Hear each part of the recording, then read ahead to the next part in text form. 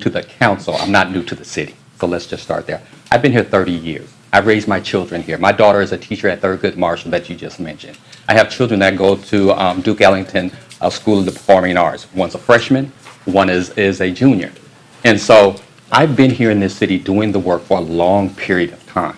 So although it would be my first time at the particular council, so to speak, working in this city is something I've been doing for such a long time. Whether I'm working at Martha's Table as one of their senior leaders there and moving that particular site over to east of the river, or some of the other groups that I've worked with. I've worked on housing at the Housing Finance Agency.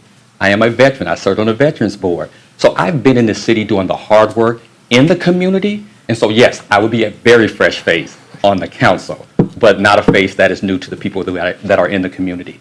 Thank you. Moving on to the next topic, housing. Housing in DC frequently forces a tough policy choice. If you had to prioritize right now, which comes first? Faster housing production by reducing regulatory barriers or enforcing deeper affordability requirements? What's the trade-off that you're willing to accept? I'll do Ms. Crawford for this one. I would say faster housing production because even if we were going to prioritize deeply affordable housing, we know that because of challenges with our existing market, we are just not building as much as we used to. And a lot of that is because, as you named, our regulatory burdens. Developers are choosing to go to Virginia, they're choosing to go to Maryland because they find it easier to get financing and to build. So we need to make sure that we make it just as easy to build housing, and then we will also be able to build and invest in that deeply affordable housing. There are a number of ways that we could do this, but even looking at the Housing Production Trust Fund, which is our primary tool to building affordable housing, this year, there's only $40 million in it, and it's usually $100 million. And I think that's part of the reason that we're not investing is we're not seeing those projects come to life. So, yeah. Mr. Patterson.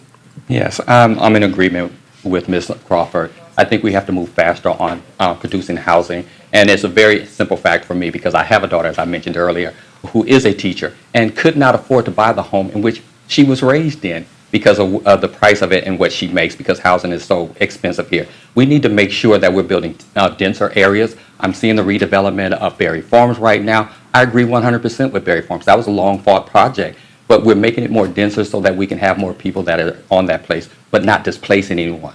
I also worked with Mayor Williams when we did a Hope 6 project very early on in my ANC career. We brought most of the people back that wanted to live there again, but we opened up that whole community, and that turned into a giant grocery store and development in the whole community. So when we build more housing, we create more opportunities both for jobs and for people to be able to buy a house at a reasonable rate. Thank you. Ms. Orman.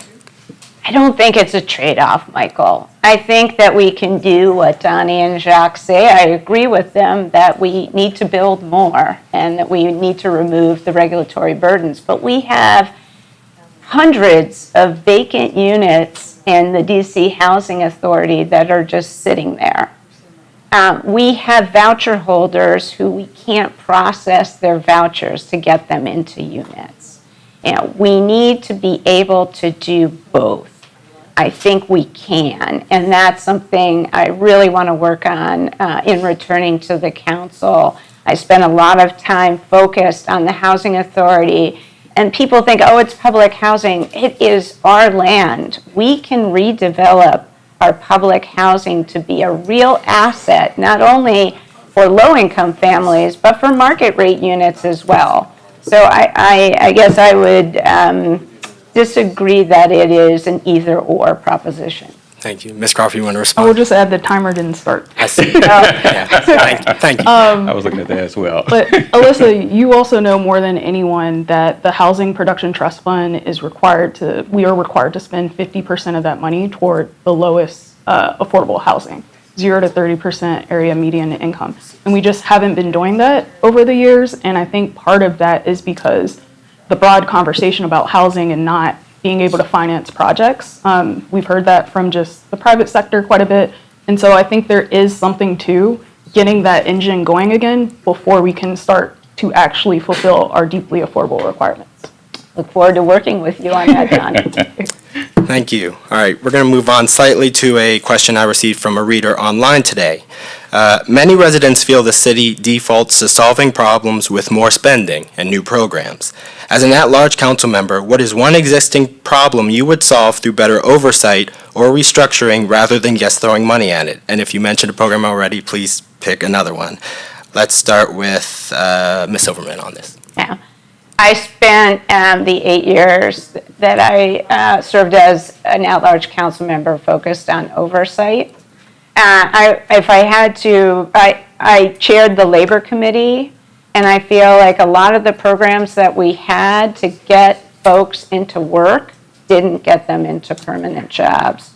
Project Empowerment would be one of those programs. This is a program, a transitional employment program that's designed to help folks, particularly folks who are transitioning back to the community, to get into work.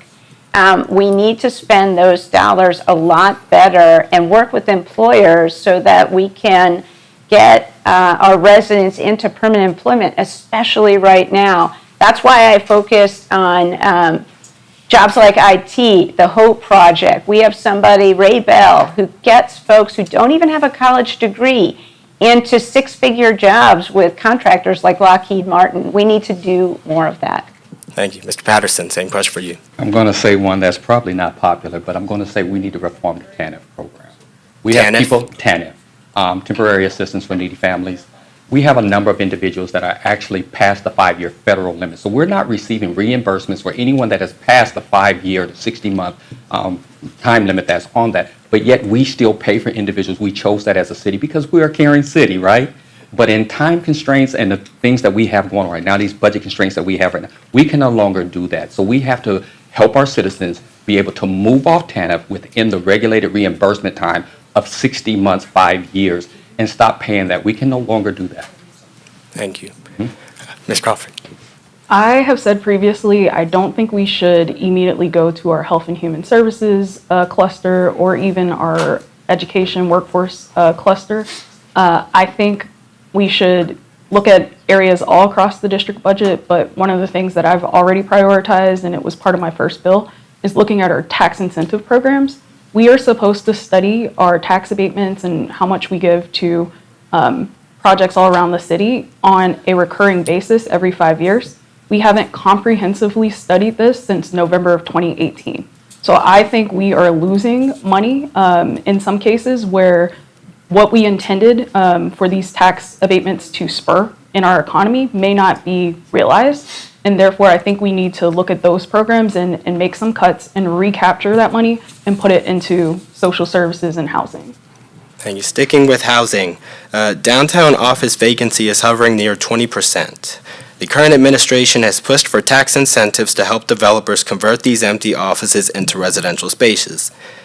If it is the only way to get a project moving, do you support waiving affordable housing requirements for downtown conversions, or would you rather see the buildings remain empty than build exclusively luxury apartments? I'll start with Mr. Patterson here. I'm going to make this short and sweet. I would waive it. Yes, we need to make sure that those housings are available to people. We already have talked about housing a little bit and the stock that we have. We need to get every available unit that we can possibly get available to us, and we need to revitalize our downtown. With people being downtown, that creates more businesses and foot traffic for downtown. So that is something I would really love to work with developers and small businesses so that because we lost 22,000 federal jobs. That's a big hit to our local budget. So we need to make sure that we supplement that with the housing. So thank you so much. Thank you. Yeah, Ms. Silverman, do you support waiving affordable housing requirements to increase the housing stock downtown? So this is a change in my thinking in that we need to subsidize the conversions from office to residential. And I was skeptical of that because it's so expensive, but I think it's the future of our downtown and we need to do it. But again, I would challenge the trade-off. I think that we can spend money to subsidize. Those are your taxpayer dollars that are going to build these projects, and I think we can expect some affordability in those projects as well for the investment that we're making in those residential properties. Thank you. Ms. Crawford, same question. I do not support waiving affordable housing requirements for these conversions downtown. But what I do support is fast tracking projects that actually include a certain percentage of affordable units, because as we've all mentioned, projects have been stuck. And so I think as an incentive, if we can say, hey, if you build 30, 35%, I don't know what the number is, we can talk about it, in affordable housing, then you get a fast track toward gap financing here in the district. And I think that may make developers more likely to build downtown and enter into some of these conversion programs. Over time, we haven't seen as much take up in our office to anything program, so perhaps that's something we can look into, even though the conversions go to non-residential uses, but just to get downtown going. Thank you. Moving topics. DC continues to face interference from Congress, threatening local laws and policies. What is one concrete step the council can take in the next year to better protect the district's autonomy and its budget? We'll start with Ms. Crawford.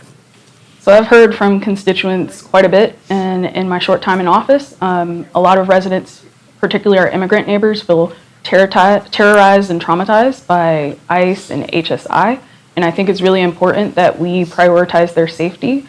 I've already introduced permanent and emergency legislation to require MPD to be more transparent when they're cooperating with federal immigration enforcement.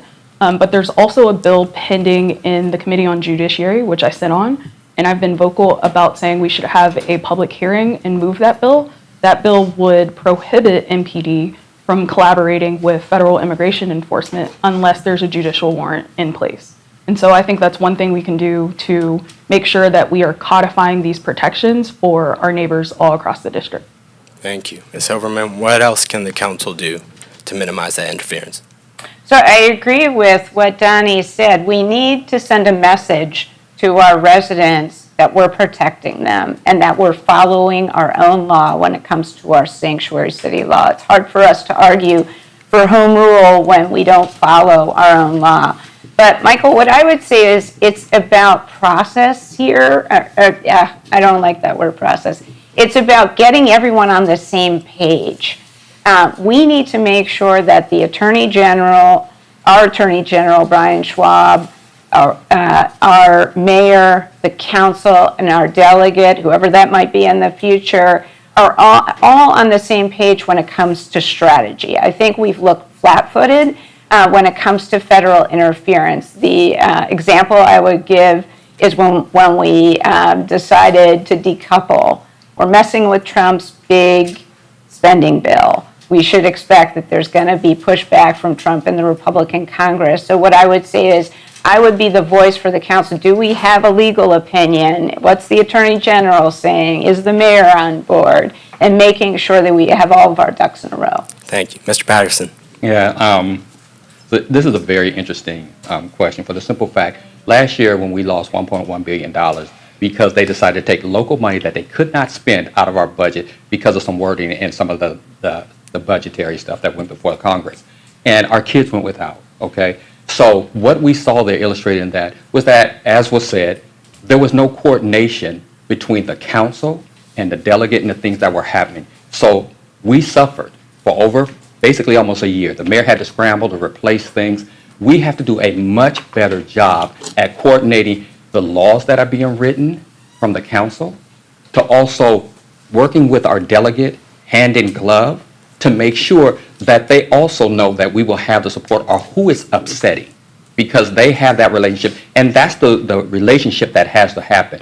We lost that, and we have to get that back. And I do agree that we also have to make sure that our Attorney General is on board as well. We have to be singing from the same page and also understanding the politics that are revolving around any particular legislation that we're passing. Ms. Crawford, you want to respond? Yes. So I have a question for both of my opponents, fellow candidates. You both mentioned coordination and wanting to be on the same page with the executive, with the Office of the Attorney General, and particularly around ICE, HSI, federal immigration. Right. What is your position on if we do not have that collaboration or alignment with those agencies, what then should the council do? Are you saying we should not take action, or are you saying we should still take action even if they are not on the same page with us, particularly on this issue? Well, I will always say, I'll jump in. What I will say is that at the end of the day, you have to have that type of coordination. We're not always going to agree, but we do have to at least notify each other of what's coming.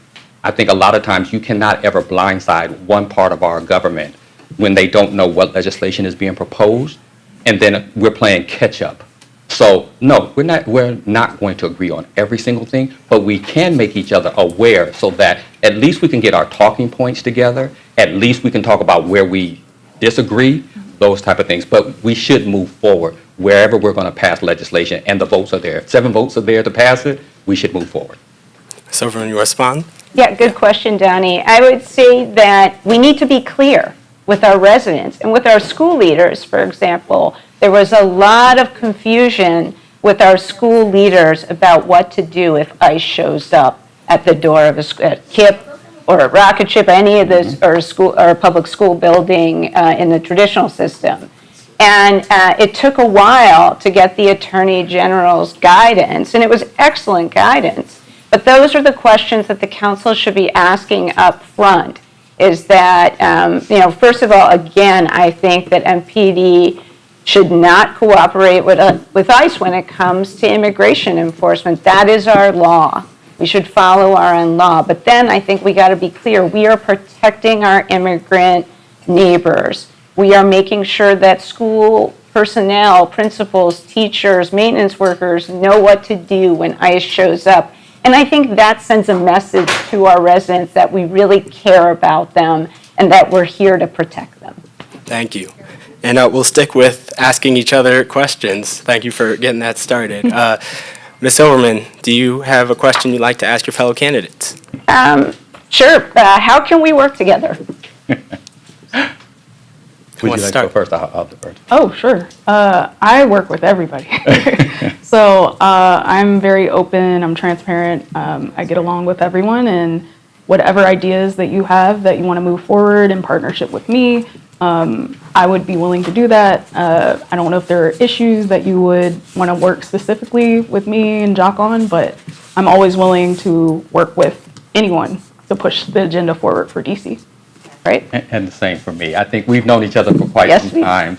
I can actually say that you actually endorsed me at one particular time back in the day when you were a writer for the city paper. 2004 Ward 8 election. Exactly. So I know that we have a lot of things in common and that we share a lot of the same passions for our city and everything like that. I don't think we would have a problem working with each other on issues that we truly care about. And as I turn to Ms. Crawford, I know we met on the balcony at an event for the LGBTQ community, and we had a great conversation, and I think it has just blossomed since that particular point. I think we both see each other as individuals who could work together on issues. I'm a community person. That's where I've been the whole entire time, and so I look forward to helping anyone that's in this seat. I want it to be me, of course, making sure that we are actually working with the community. It's nice to see everyone so willing to work together. Let's see, so talking about economic You still growth. get to ask additional questions later? Oh, yes, actually, you didn't have a chance to ask, did you? Okay, apologies. Would you like to ask your fellow candidates a question? Yes, I would. I do want to address my question to you. I think it was kind of stated beforehand, for an individual who actually ran for office and lost that seat, and basically the city was telling you, like, we want to move on, we want something new. Why would you think that they would want something different in their voting in this particular election that's different from 2004? Did something change? Did your views change? What would make them say, okay, we voted you out of office, now why are we going to vote you back in office 4 years later? That's a very good question, Jock, and I appreciate you asking it. I've had a lot of people come up to me over the past 3 years and say the council has lost its focus on oversight, on making sure that my trash gets picked up, that 911 answers the phone in a timely way. Donnie spoke about oversight too, so I know that she's focused on that. But there's a perception, Jacques, that things have gotten worse when it comes to delivering services to our residents, that we're not spending our money well. I mean, we even read in the newspaper when it comes a council member saying that mental health is just a contracting is a cash cow.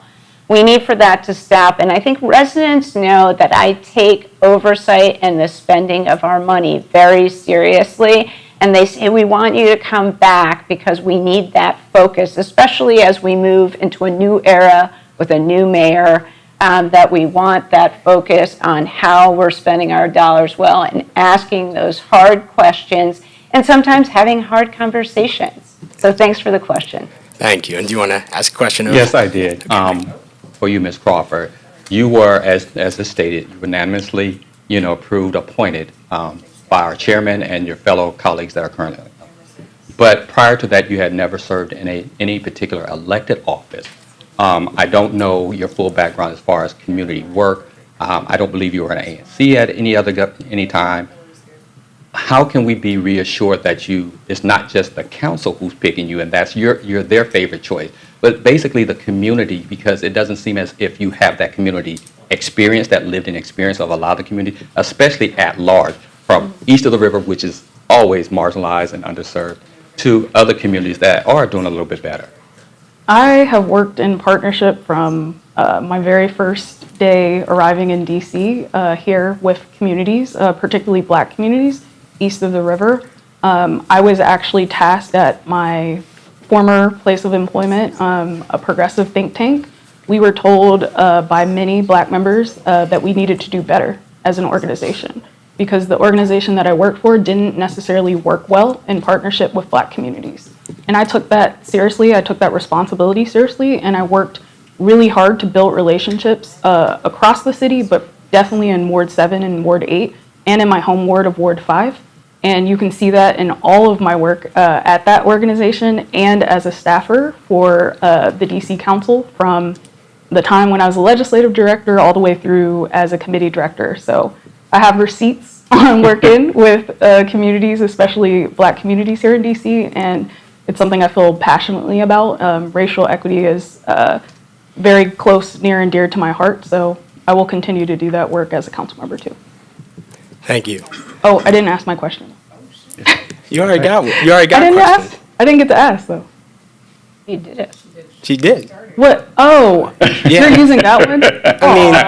Okay, I'll ask later. Okay. Do you have something really compelling, then by all means. I just wanted to ask Alyssa, you kind of alluded to this about workforce programs, but in the past you questioned the value of the Marion Barry Summer Youth Employment Program. And that is a program that many Black youth in Ward 7 and 8 rely on every summer for employment. My children. Your children too. And I think you would also acknowledge that you have had a fraught relationship at times with the Black community. And I just wanted to ask you, what are your plans for righting your wrongs? Sure. Thanks, Donnie, for your question. So I was endorsed by Marion Barry, as Jacques will remember, in 2014. And I think that it's not quite accurate. I wanted to make sure that when people got a job in SYEP, that it meant something, that it mattered, that they felt like it was helping them develop as people. And in fact, that's why I raised the pay of 14 and 15-year-olds, which, to raise the pay of MBSYEP is expensive, as you know, being a budget person, but I prioritized it because I think we want to get our kids into not only summer employment, but full year employment. And as I said, one of the pilot programs I did was focused on the year-round internship. I think we need to do more of it, but I think it needs to be meaningful. A lot of kids testified that they were just sitting around, they weren't productive. What I want to do is let's get them into IT. Let's get them into pathways to careers. So I appreciate your question very much. Thank you. And that was a compelling question. Do you have another you want to ask to Mr. Patterson? I don't have a question for Jock. Okay. Sorry. All right, we'll move on to economic growth. Outside of federal employment, which we know was very much affected by the current presidential administration and jobs in the city, what's one sector you would focus on growing, and what's the first step to do that? Start with Ms. Crawford. So one sector, I'm going to kind of twist the question a little bit, that is growing is tech and AI, right? And I'm actually a little bit fearful of this area because I know AI, we've seen the increase in data centers and how that's affecting our utility costs.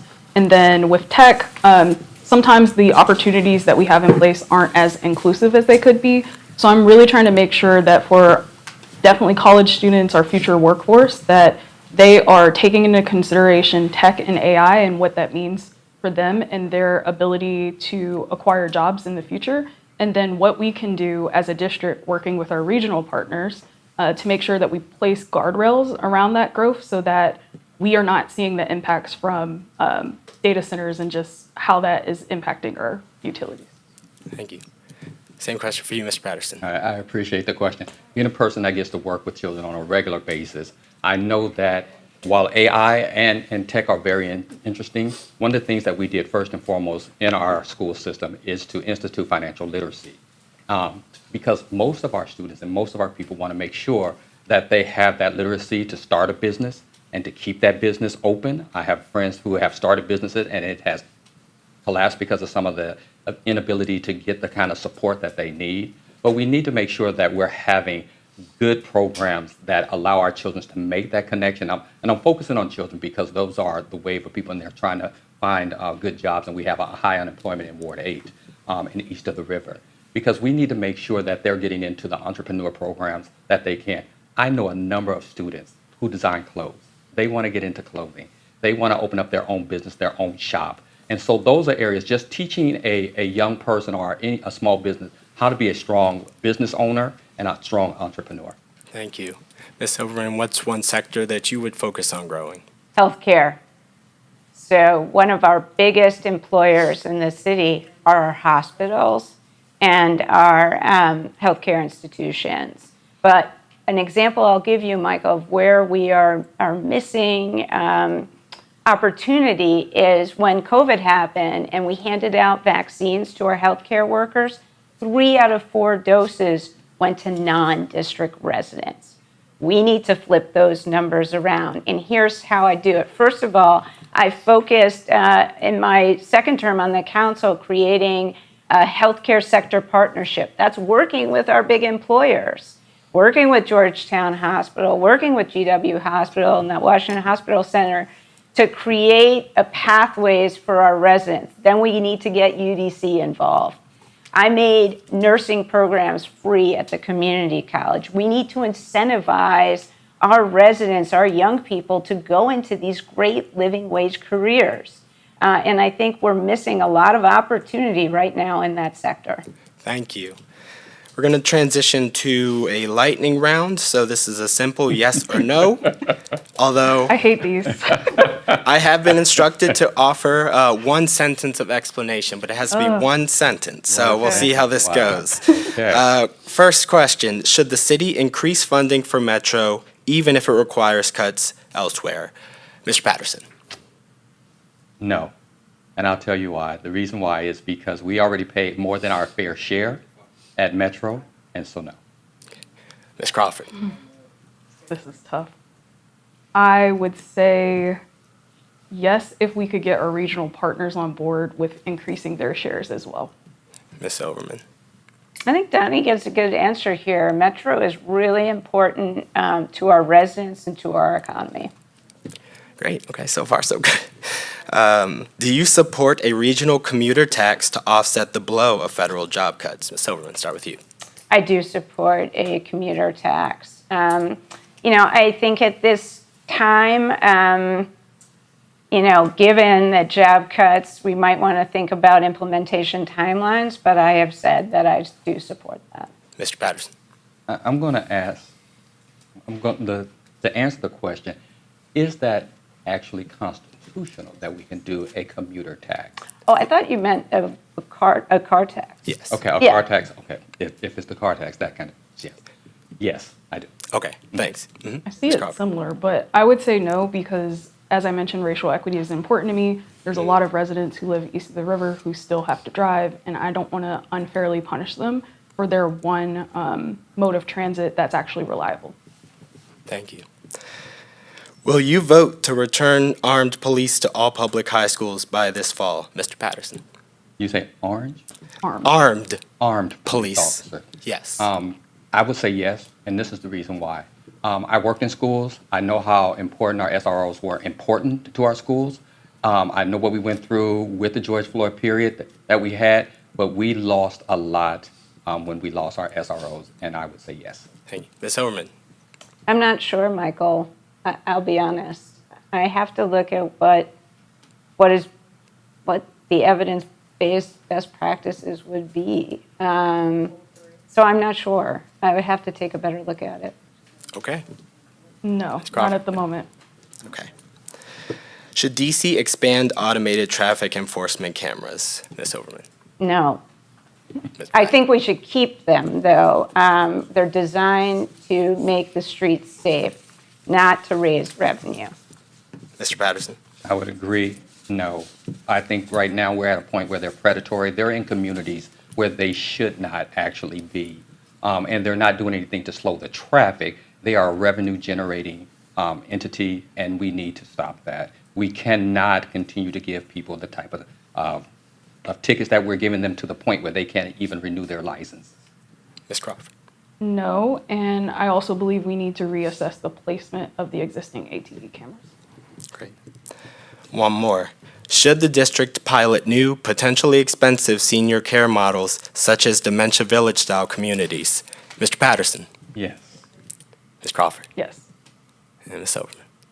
Yes, and I'd add that in my time away from the council, I am a board member of Seabury Resources for Aging, and the reason I did that is because I very much care about senior housing and our lack of it in the city. We need much more senior housing for people, in all kinds of lifestyles.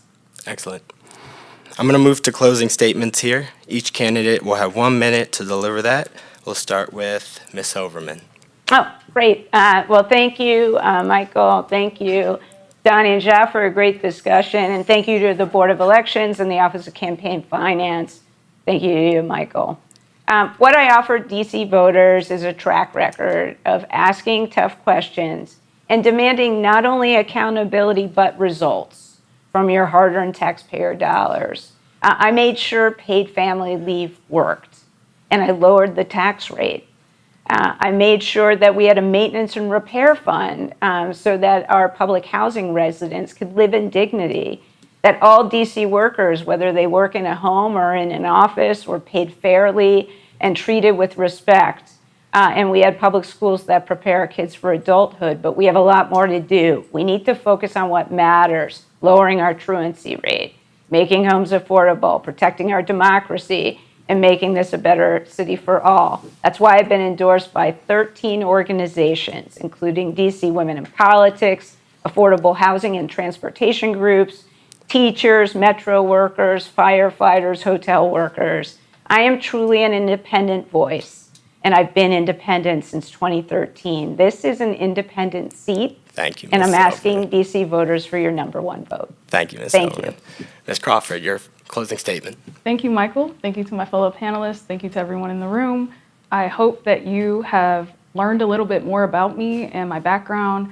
I'm very passionate about public policy and the budget, and I've spent my career here in DC investing in residents all across the city, from investments in our first guaranteed income pilot to the work that I did on the RFK Stadium deal, and even to investing in Black cemeteries across the city too.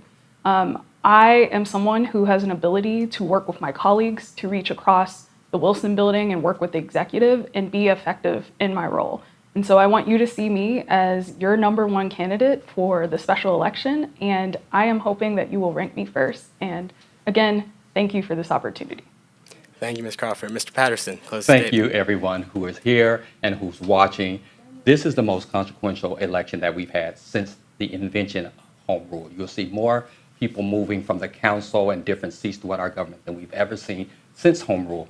That's why it's important, since on top of that, we are facing some of the most constrained budgets that we'll ever see in quite some time. So we need to make sure that we have someone who is at the council, not with old ideals, and is grounded in community. I have spent 30 years in our communities as an ANC, reserve police officer, on your State Board of Education. I ran in this city for the State Board of Education and run the trust of 229,000 residents. I was reelected because I am a trusted person who works with the community. You need someone who knows the community and can move us forward in this time and place with constrained budgets that really is grounded in community. Jacques Patterson, I need you to place me first on the ranked choice voting. Thank you, and thanks to all of our candidates and everyone who joined us tonight. We're going to take a short break before the next Thank you, debate. dear. Thank Good you. to see you. Thank you. Thank you, Donnie. Thank you. Good to see you. Good to see you.